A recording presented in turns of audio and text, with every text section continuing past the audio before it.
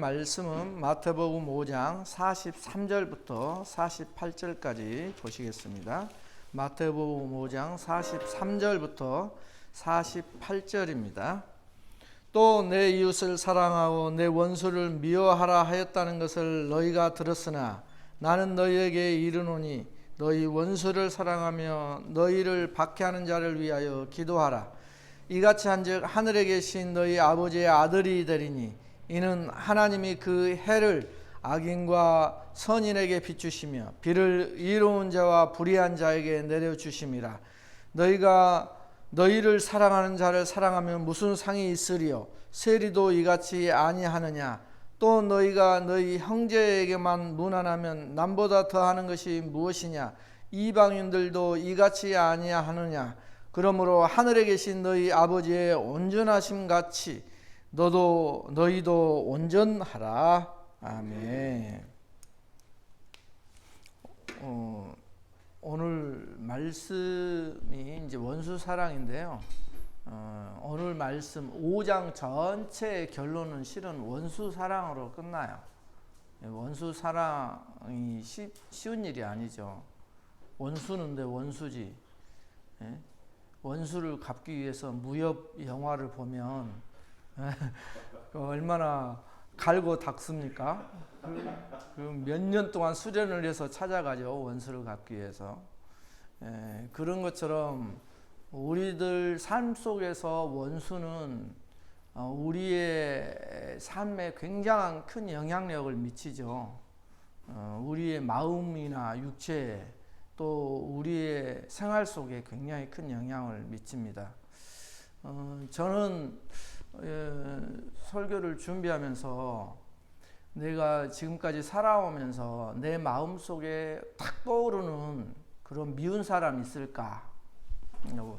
원수까지는 아닌 것 같은데 정말 내 마음속에 잊어버리지 못하는 그런 사건이 있을까? 있더라고요. 초등학교 때 이야기인데 초등학교 때 6학년 때 저희 동네 친구예요. 지금 그 친구가. 근데 이제 그 친구가 저를 이렇게 무시하고 또 힘들게 했던 친구였어요. 왜 그랬느냐? 그 친구가 어떤 친구였냐면 당시 저희 학교 교장 아들이었어요. 교장. 그러니까 위세가 대단하죠. 선생님들도 그 친구한테는 아주 잘해주었거든요. 근데 이제 6학년 때 되면은 전교 회장을 뽑는단 말입니다. 전교 회장은 학생들이 이제 뽑게 해요. 근데 이제 그 전교 회장이 제가 된 거예요. 뽑혀가지고. 그랬는데 이 친구가 막 무시를 하는 거예요. 왜 그랬는가? 당시에 이제 저희 부모님이 그 가세가 무너졌거든요. 그러니까 땅이 있었는데 그때 당시에는 서로 믿었죠. 친척이 벌어먹던 땅이었는가 봐요. 이제 아주 가까운 친척은 아닌데요. 그런데 이제 그 땅이 그런대로 꽤 좋았는가 봐요. 뭐 흙도 좋고 그래서 이제 거기를 이제 돈을 갖고 있는 돈을 이제 거기다 다 투자를 한 거죠. 아버님, 어머님이 결혼해서 몇 년 안 돼서 일어난 사건인데 거기다 다 투자를 해서 그 땅을 샀어요. 근데 그 땅이 자기 땅이 아니라 국가 땅이었어. 그래서 거기가 이제 저수지가 만들어져 가지고 그냥 아무런 보상도 없이 못 받고 그러니까 아버님이 그때까지 평생 번 돈 거기다 다 투자를 했는데 이제 완전히 날려먹은 거죠. 이제 그것 때문에 이제 아버님, 어머님이 큰 병을 얻으셔 가지고 이제 또 대수술을 하셔야 됐어요. 그래가지고 돈이 하나도 없잖아요. 그러니까 이제 빚을 얻어서 수술하게 되고 아버님만 그랬으면 괜찮은데 어머님까지도 그때 힘들어서 그렇게 이제 빚이 상당히 많이 졌는가 봐요. 수술 때문에. 이제 그때부터 이제 가세가 완전히 기운 거죠. 예, 빚을 져버린 거죠. 그동안 빚이 없이 이제 내 땅을 갖고 시골에서 농사를 지을 수 있는, 내 땅을 가지고 시골에서 당시에 살아갈 정도면 그 동네에서 괜찮게 사는 거예요. 근데 이제 그게 완전히 망해버린 거죠. 그거 덕분에 그 동네에서 어렵게 살다가 이제 이웃 동네로 오게 됐어요. 오게 된 이유가 이제 내 땅이 없고 빚을 졌으니까 어떻게 살아갈 방도가 없잖아요. 그래서 이웃 동네 그 교장 내에서 사람을 구한 거예요. 공짜로 집을 제공을 해주고 자기 농사를 대신 맡아서 지어줄 사람을. 그래서 이제 다른 그 일거리가 시골에는 없잖아요. 농사밖에 당시에 수십 년 전이니까 벌써 한 그 40년 전 막 이렇게 돼. 그러니까 이제 그렇게 이사를 하게 됐죠. 이웃 마을로. 거기에 이제 아버지가 이제 그 집 농사일을 도와주면서 이제 또 다른 집 농사도 선자라고 불렀거든요. 저희들 시대에는 선자.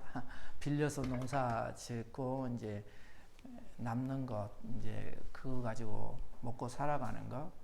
이제 그렇게 농사를 짓는 이제 형편이 돼버린 거죠. 그렇게 생활을 하다 보니까 이제 이 친구가 보기에는 이제 저는 감이 안 됐던 거죠. 그래서 이제 물론 지금 생각해 보면 질투겠죠, 아무래도. 그래서 이제 그런 일이 있어가지고 그게 마음에 되게 상처가 컸어요. 그래가지고 그렇게 생활을 하면서 지내면서 그 친구는 항상 너 무협 영화에 나오는 것처럼 너 몇 년 뒤에 한번 보자 이런. 그래서 이제 제 마음 속에는 성공하고 싶은 마음이 되게 강했어요. 내가 성공을 해야지 저놈을 되갚아 줄 수 있다. 이제 이런 마음이 되게 이제 강하게 자리 잡아서 어떻게 하면 성공을 할까? 그때 이제 성공의 비결이 사자를 다는 거였어요. 판사, 검사. 그게 이제 출세길이었잖아요. 예전에. 검사 하면은 완전히 그냥 동네 잔치죠. 이제 그 꿈을 꿨다가, 우리 집이 이제 가난해서 나를 대학을 보내줄 수 없다는 통보를 받고. 지금은 제가 이제 세상을 배우고 공부를 해보고 하니까 길이 여러 가지 있었는데 그때는 왜 그런 생각을 못 했는지. 이제 그래서 이제 이게 공부를 할 수 없다면 비즈니스로 돈을 벌어야 되겠다. 막 이런 생각을 하고. 그래서 이제 이제 미국을 그때 당시에 오려고 했었어요. 그때 당시가 19, 20대였거든요. 그래가지고 미국 오려고, 그때는 그 유학원이었거든요. 유학원 가서 알아보니까 미국은 제가 오고 싶어서 올 수 있는 시대가 그때는 아니었어요. 이게 보증을 서야 된대요. 재산 있는 사람들이. 그래가지고 이거 내 힘으로는 안 되는구나. 그럼 내 힘으로 할 수 있는 것이 그때는 일본은 가능했어요. 일본은 제가 원하면 갈 수 있는 그런 조건이 되더라고요. 일본은 더 그게 훨씬 더 이제 약하더라고요. 그래서 일본을 그러면 가서 일본에서 한번 돈을 벌어서 출세를 해보자. 이렇게 해서 이제 일본을 가려고 서울에 이제 혼자 상경을 했다가 거기에서부터 이제 틀어져 가지고 이제 이쪽 목회의 길로 이제 접어들었어요. 그 중간에 재밌는 이야기는 나중에 이제 해드리고요. 그런 것처럼 원수 사랑이라는 것은 우리의 힘으로는 말이 안 되는 이야기죠. 우리는 어때요? 오늘 말씀에도 원수는 갚아라 이거죠. 원래 그렇게 가르쳤어요. 율법은. 이는 이, 눈은 눈, 이것이 원수를 그렇게 갚으라는 거예요. 그 정도 선에서 갚으라고 해석을 많이 하잖아요. 더 큰 보복을 하지 말고. 근데 눈에는 눈, 이에는 이가. 그런 것을 이렇게 배웠는데 너희들은 그렇게 하지 말고 원수를 사랑하래요. 그건 있을 수도 없고 내 능력으로서는 있을 수 없는 일을 요구를 한 거죠. 예수님께서 산상수훈에서. 원수는 지금도 그러잖아요. 하나님 저 원수를 빨리 죽여주시옵소서. 그래야지 내 마음이 편하옵니다. 이게 우리의 기도의 솔직한 심정인데 이런 것을 하나님께서 요구를 하시고 원수 사랑을 하게 되면 그것이 바로 하나님의 온전함을 따라가는 것이라고 이야기를 하고 있어요. 그게 어렵죠. 그게 우리는 온전함이 뭐예요? 그거 아니어도 좋으니 저 원수를 빨리 죽여주시옵소서인데 이제 그거에 대해서 이제 어디서부터 출발을 해야 되냐면 그러면 예수님께서는 율법을 완전케 했다는 것을 우리가 지난주에도 배웠잖아요. 지난주에 배운 게 예수님이 율법을 완전케 했다는 그 완전함은 첫 번째로 십자가 10계명의 이야기였어요. 1계명부터 5계명까지는 어느 정도 구약에서 당시에 출애굽기 때 해석을 해줬잖아요. 그러나 이제 6계명부터 10계명, 5계명부터 10계명도 그래 해서 6계명부터 10계명까지는 해석이 안 돼 있었어요. 그 해석을 지금 해주시는 거예요.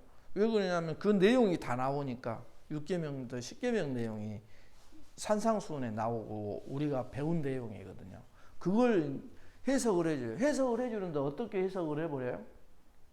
이렇게 해석을 하죠. 살인하지 말라. 이게 율법이다. 그런데 마음에 바보 멍청이 네 형제를 알겠어? 친구들을 향해서 바보 멍청이 이렇게 이야기를 하면 그게 살인하는 것이다. 그러니까 구약의 율법보다 어마어마하게 더 강화된 더 지키기 어려운 실은 율법을 이야기를 하는 거예요.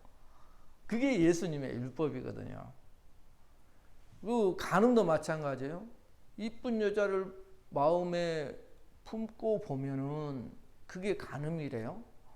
와, 요즘 시대는 그런 간음을 안 범하고 살아갈 수 있는 사람은 언제 가능할까?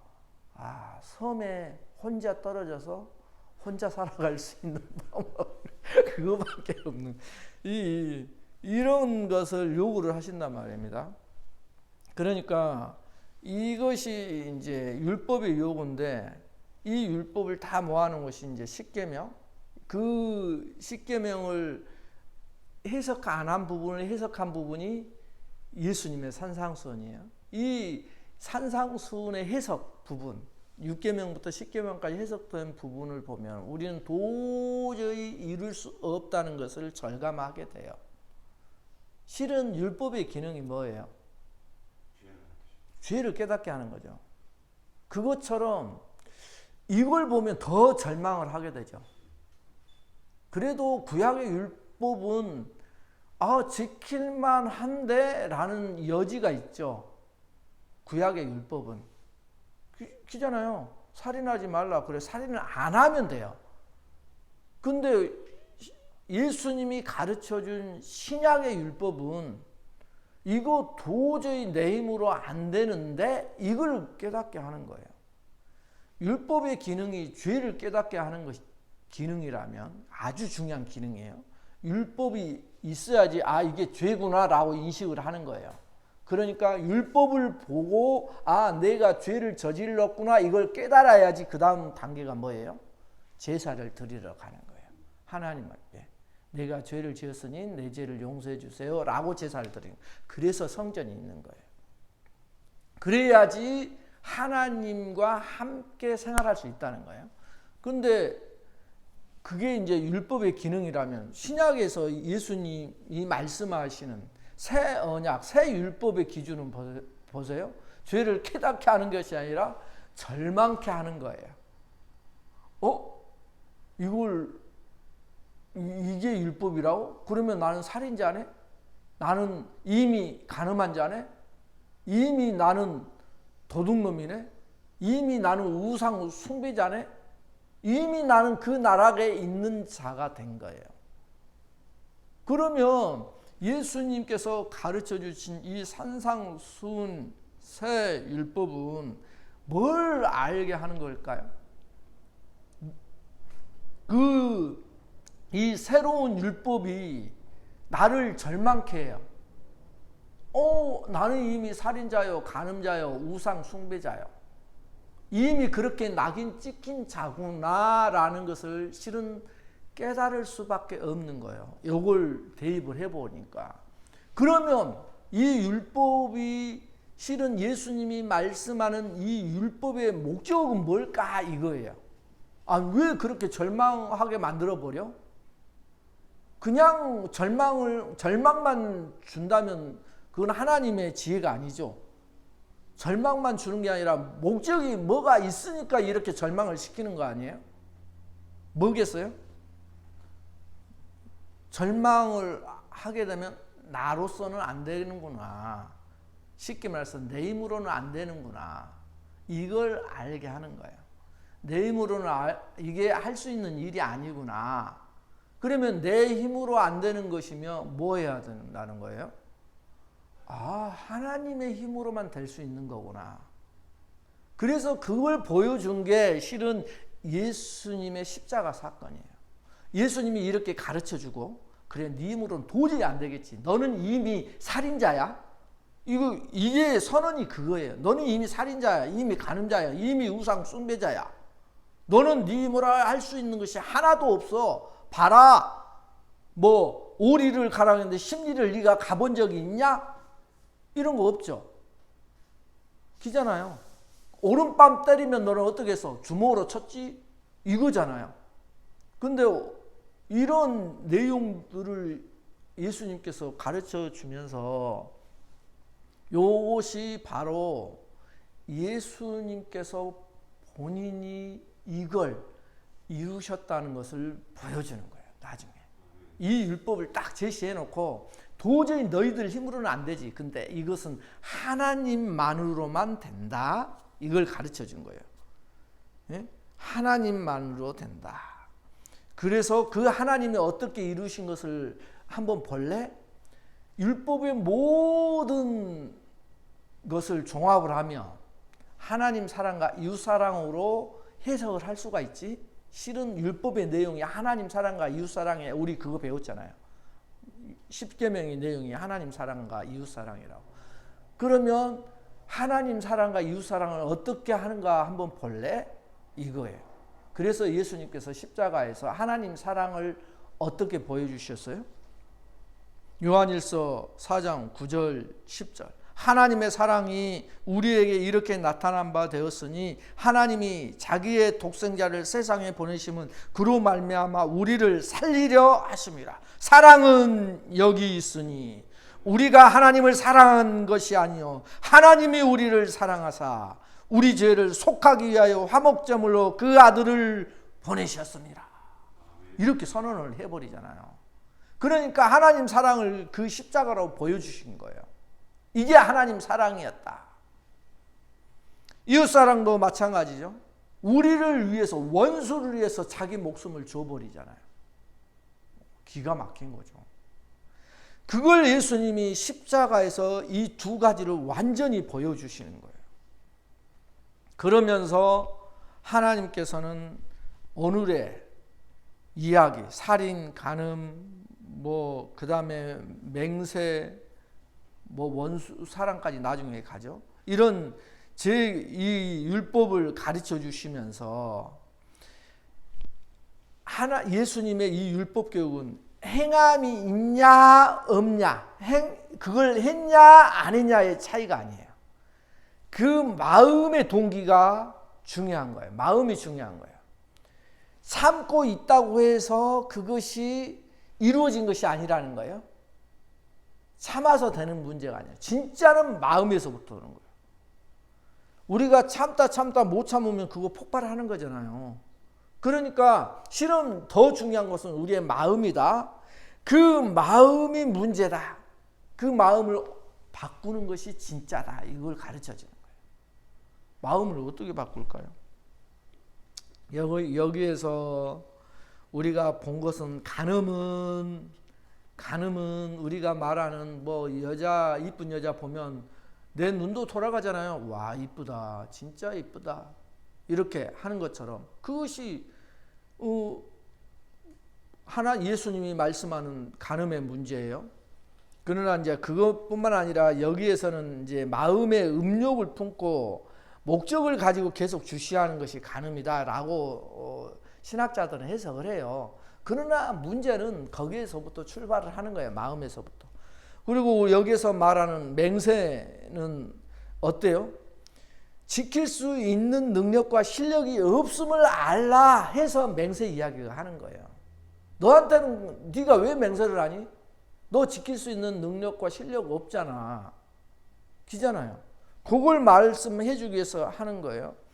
또 동해보복법 있죠. 지금 눈에는 눈, 이에는 이.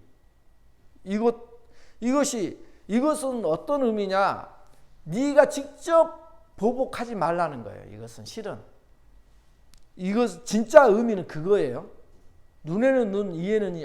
그러니까 내가 당한 만큼 보복하라는 것이구나 라는 것이 속뜻이 아니에요. 진짜 속뜻은 네가 직접 보복하지 말라는 거예요. 그리고 공의로운 재판 절차를 통해서 공의를 실현하라는 거예요. 재판을 결쳐서. 그러니까 신명기 1장 17절에 이렇게 말씀해요. 재판은 하나님께 속한 것인즉 너희는 재판할 때 외모를 보지 말고 귀천을 차별 없이 듣고 사람의 낯을 두려워하지 말 것이며 스스로 결단하기 어려운 일이 있거든 내게로 돌리라 내가 들으리라 하였고. 그러니까 진짜 심판자는 하나님이시라는 거예요. 왜?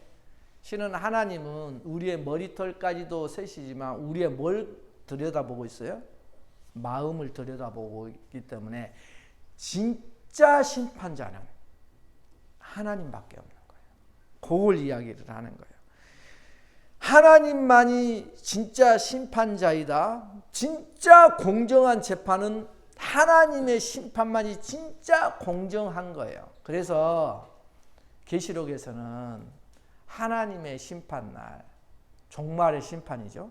그 심판은 가장 공정한 심판이 될 것이라는 것을 말씀하는 거예요.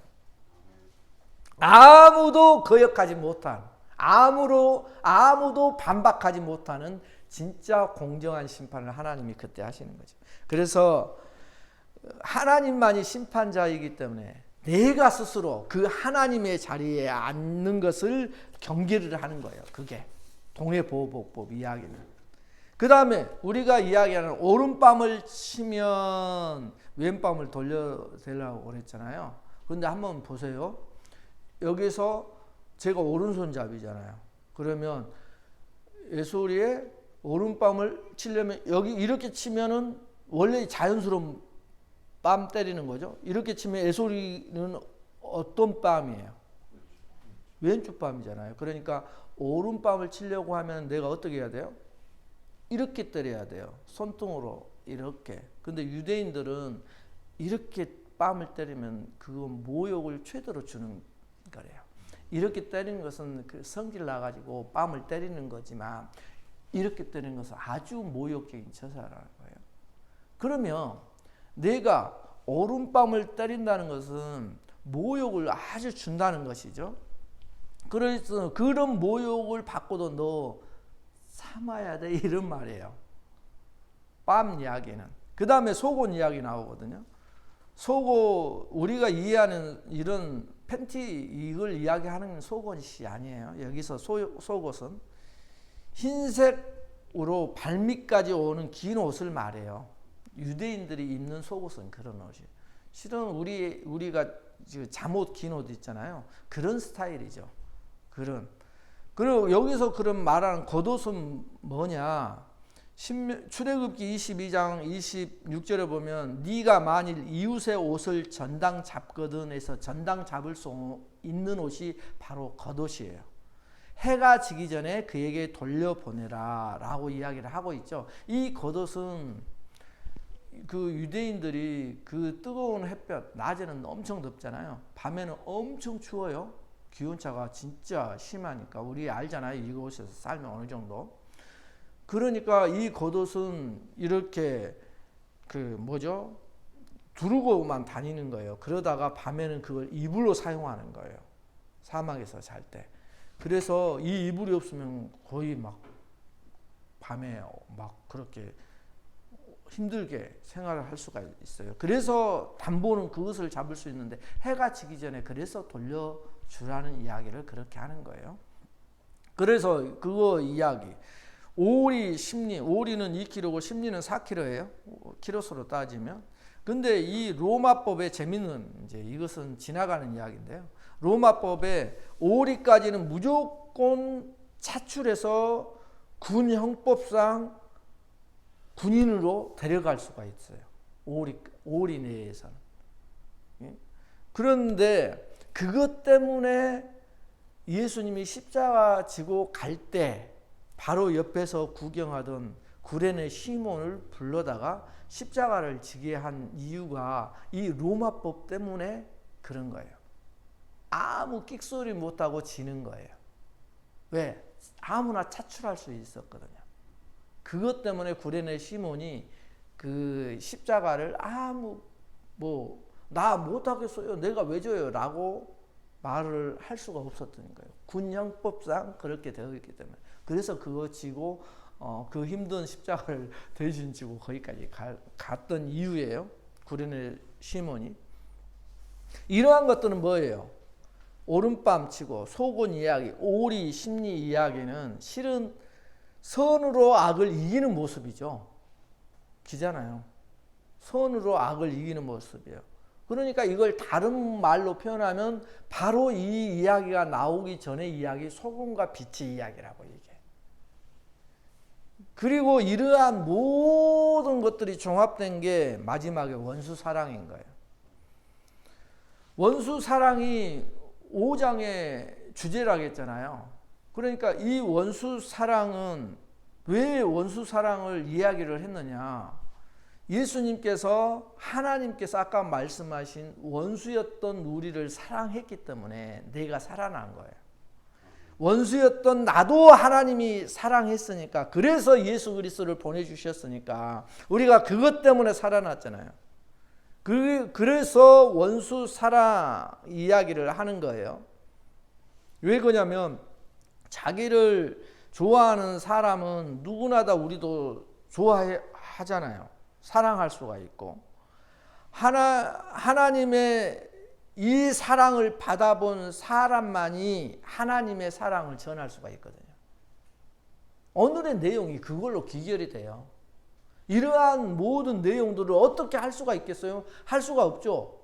오직 예수님의 마음을 가진 자만이 예수님 마음처럼 그렇게 할 수가 있는 거예요. 왜? 이것은 예수님만이 하실 수 있었던 일이니까. 원수 사랑을 예수님만이 하실 수 있었던 일이니까.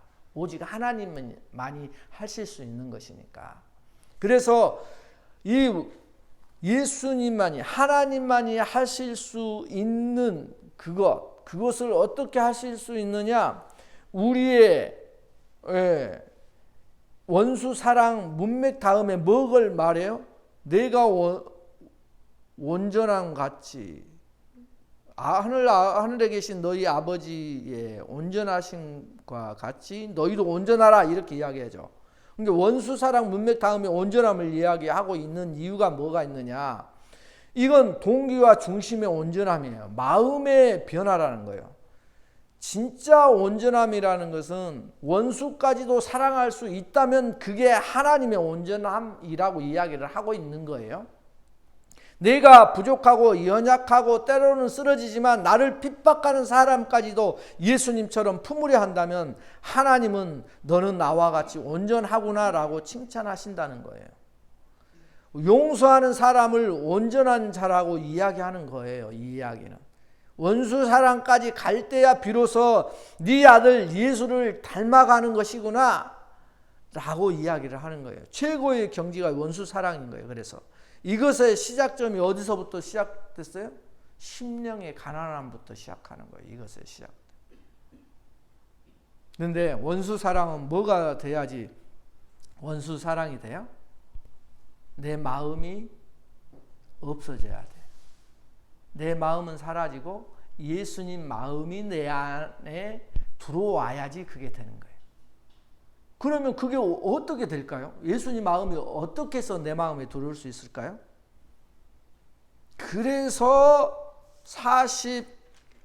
41절에 44절이구나. 나는 너희에게 이르노니 너희 원수를 사랑하며 너희를 박해하는 자를 위하여 기도하라. 원수가 나를 박해하는 자잖아요. 그러니까 원수를 위하여 그래서 기도하라고 하는 거예요. 원수 사랑 이야기 다음에 기도하라고 말을 한 이유가 그거예요. 기도가 뭐예요?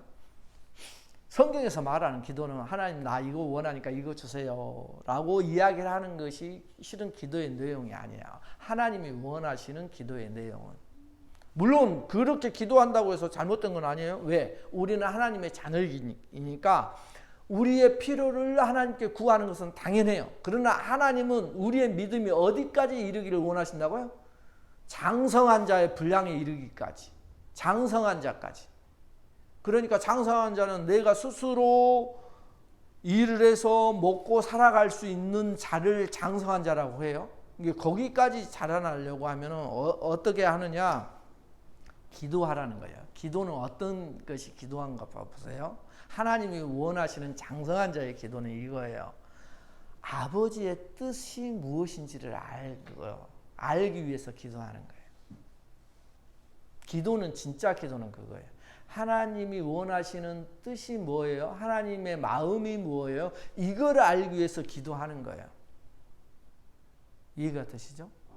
그러니까 이 기도의 내용 속에는 이런 기도를 하려고 하면은 기도가 진짜 이제 기도는 천차만별이라고 그랬어요. 우리가 요구하는 것부터 다 할 수 있는 것이 모든 것이 기도예요. 그러나 이제 장성한 자의 기도까지 가려고 하면은 하나님 아버지의 뜻이 무엇인지를 아는 것이 진짜 아버지가 원하는 아들의 모습이거든요. 그게 예수님의 모습이었고 내 뜻대로 마옵시고 누구 뜻대로 하옵소서? 아버지의 뜻대로 하옵소서라고 기도를 하잖아요. 이게 이제 진짜 아버지가 원하는 아들의 모습이거든요. 그러니까 아버지의 뜻을 아는 게 문제인데 아버지의 뜻을 어떻게 알아요?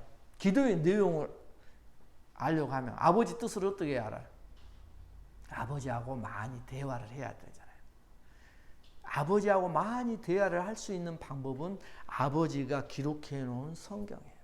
그래서 성경을 가지고 그렇게 하나님 말씀을 가지고 시편 1편에 복 있는 사람은 이렇게 하면서 복 있는 사람이 하나님의 말씀을 주야로 묵상하는 자가 복이다 라고 이야기하는 이유가 그래서 그런 거예요.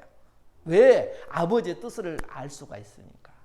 우리가 매주마다 이렇게 모여서 설교를 듣는 이유가 뭐예요? 그것 때문에 그런다고요. 내가 혼자서 하나님 말씀을 읽는 것도 복이요. 또 그것을 혼자서 하다 보면 뭐가 있어요? 잘못된 나만의 방향으로 내가 내 해석을 할 수가 있거든요. 그래서 성경을 더 해석해서 공부해서 할 수 있는 그런 사람을 지정해서 이렇게 공부하는 거예요. 왜? 아버지의 뜻을 알기 위해서. 그것이 기도의 이야기예요. 기도의 이야기. 그래서 이 기도의 이야기가 드디어 어떻게? 원수 사랑을 하려면 기도해라. 그 기도는 왜 기도하는지 알지? 아버지의 뜻을 아는 것이 기도다. 그래서 하나님 아버지의 뜻을 아버지의 마음이 무엇인지를 깨닫는 것이 기도이기 때문에 기도의 내용이 하나님의 말씀을 묵상하는 모든 것까지가 다 들어가는 거예요. 그래서 아까 율법의 요구는 사랑이었죠. 그리고 결국 장성한 자의 분량에 이르는 믿음에까지 이르는 것이 하나님을 깊이 사랑하고 알아가는 것이고 그 하나님의 사랑으로 가득 차서 내게 붙여준 사람들, 때로는 나를 핍박하는 원수까지도 사랑하는 삶으로 살아가는 것, 이것이 하나님이 원하시는 거예요. 그러면 이것을 어떻게 이룰까요? 그렇게 우리는 하고는 싶은데, 그래서 산상수훈의 마지막이 뭐예요? 이렇게 이야기를 하죠. 마태복음 7장 7절에 구하라 그리하면 너희에게 주실 것이요 찾으라 그리하면 찾아낼 것이요 문을 두드리라 그리하면 너희에게 열릴 것이니. 우리는 이걸 뭘로 봤어요? 기도의 방법으로 봤잖아요. 그러니까 내가 원하는 거 있으면 구하고 찾고 문을 두드리면 하나님이 주실 것이다. 그래서 뭐 해라? 금식해라. 하나님. 근데 그게 필요하긴 필요해요. 그러나 진짜 하나님이 원하시는 이유는, 이 이야기를 한 이유는 구하라, 찾으라, 두드리라.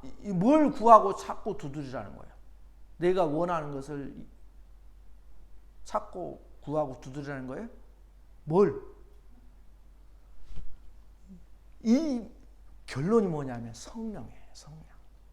성령님을 찾고 구하고 두드려서 얻으라는 거예요.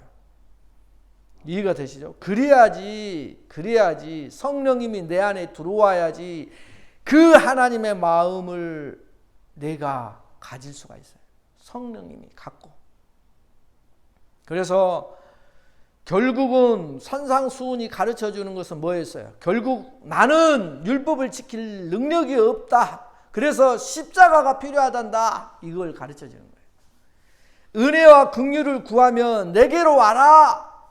이것이 성령을 구하는 것이다 라고 말씀하는 것이지, 또 다른 더 엄격하고 깊은 잣대를 갖다 대는 것이 아니라는 거예요. 이 율법을 주시는 이유는, 예수님이 말씀하는 율법의 목적은. 그래서 예수님의 기준이 더 까다롭고 힘든 이유는 우리의 힘이 아니라 성령과 십자가에 항복하라고 지금 재해석하고 있는 거예요. 이것이 아니면 할 수 없기 때문에 그렇습니다. 성령님이 아니면 우리가 어떻게 그걸 할 수 있겠어요? 성령님이 주셔야지 할 수 있으니까 구하라 그리하면 너희에게 주실 것이요 찾으라 그리하면 찾아낼 것이요 문을 두드리라 그리하면 너희에게 열릴 것이니. 그래서 성령님을 구하고 찾고 두드리면 너희에게 주실 것이라고 이야기를 하는 것입니다. 그러므로 우리가 이 땅을 살아가면서 하나님의 백성의 8가지 자세였죠. 팔복, 이것은 뭐였어요? 예수님의 성품, 예수님의 마음의 이야기였죠. 이 8가지 자세가 우리의 삶에 나타날 때까지, 그렇게 나타날 때까지 성령의 도움을 구하고 찾고 두드리고, 그러기 위해서는 기도를 그렇게 하는 거예요. 8가지 예수님의 마음을 우리 안에서 열매 맺게 하시는 성령님을 구하고 찾고 그분을 두드리라는 거예요.